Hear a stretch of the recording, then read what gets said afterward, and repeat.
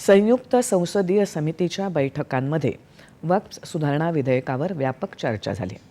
यानंतर संसदेत हे विधेयक मांडण्यात येणार असून विरोधकांनी संसदेत गदारोळ न करता या विधेयकावर चर्चा करावी असं आवाहन संसदीय कामकाज आणि अल्पसंख्याक मंत्री किरेन रिजिजू यांनी केलं आहे.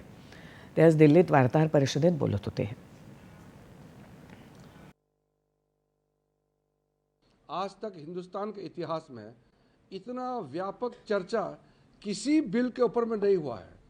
आज तक का इतिहास में जितना जॉइंट पार्लियामेंट्री कमेटी बनी है, किसी भी सब्जेक्ट पर इतना बारीकी से व्यापक चर्चा नहीं हुई.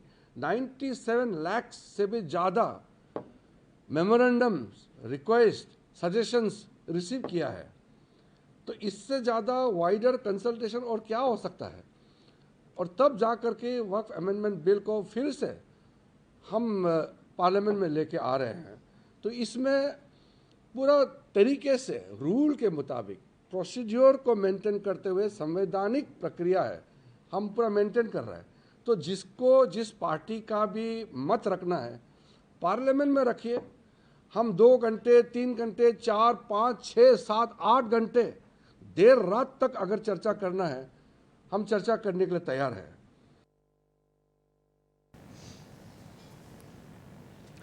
वक्फ सुधारणा विधेयकाबाबत गैरसमज पसरवला जात असल्याबद्दल त्यांनी टीका केली.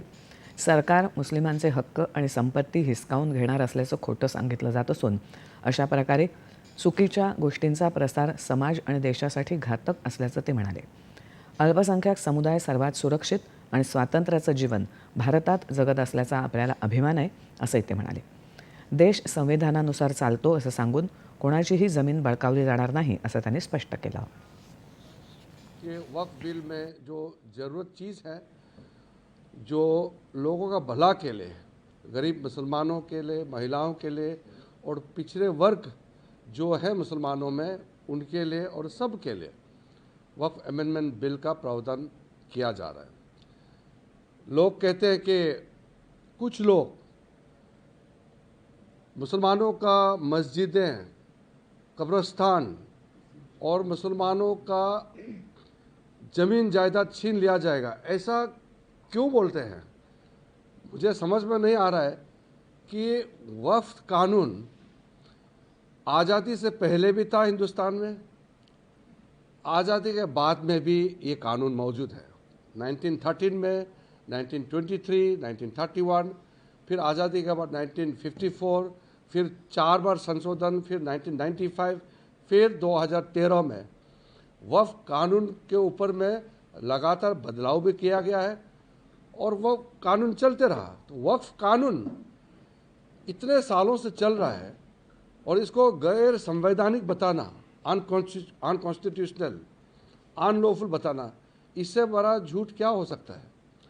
और ये देश संविधान से चलता है, कानून से चलता है, किसी का ज़मीन कैसे छीन सकता है. इस तरह का झूठे बातें करके लोगों को बरगलाने का काम करना ये तो ठीक नहीं है. ये कौन लोग हैं जो झूठ बात बोल करके आम लोगों को गुमराह करने का जो प्रयास कर रहे हैं, वो कौन लोग हैं. Catholic bishop conference of India या संघटनेनं वक्फ सुधारणा विधेयकाला पाठिंबा दिला आहे.